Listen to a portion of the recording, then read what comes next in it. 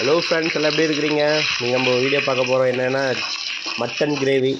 நல்லா எண்ணெய் ஊற்றி சின்ன வெங்காயத்தை பொடிசாக கட் பண்ணி வச்சுருக்கோம். அதை போட்டு பச்சை மிளகாய் 2 போட்டுட்டு அதோடனே நம்ம ஏற்கனவே வாஷ் பண்ணி வச்சுருக்கிற மட்டனை போட்டு மட்டனில் இவ்வளோ தண்ணி வருது பார்த்தீங்களா? அதுலேயும் மஞ்சத்தூள், இஞ்சி பூண்டு பேஸ்ட்லாம் போட்டு நல்லா வணக்கி எடுத்துட்டோன்னா அப்புறம் கலரே மாறிடுச்சு.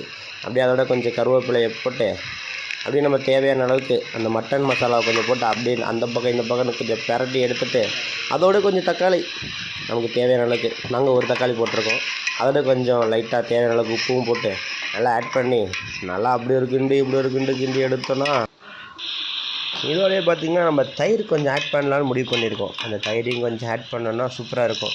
அதோட கொஞ்சம் தண்ணியும் சேர்த்து நல்லா கொஞ்சம் தண்ணி சுண்டுற அளவு விட்டு மல்லித்தலையை போட்டு விட்டுட்டு அதோடய கொஞ்சம் நம்ம வச்சுருக்கிற பெப்பர் லாஸ்ட்டாக போட்டு நல்லா பிரட்டி எடுத்துகிட்டு இன்னும் கொஞ்சம் மல்லித்தலையை போட்டால் முடிஞ்சது.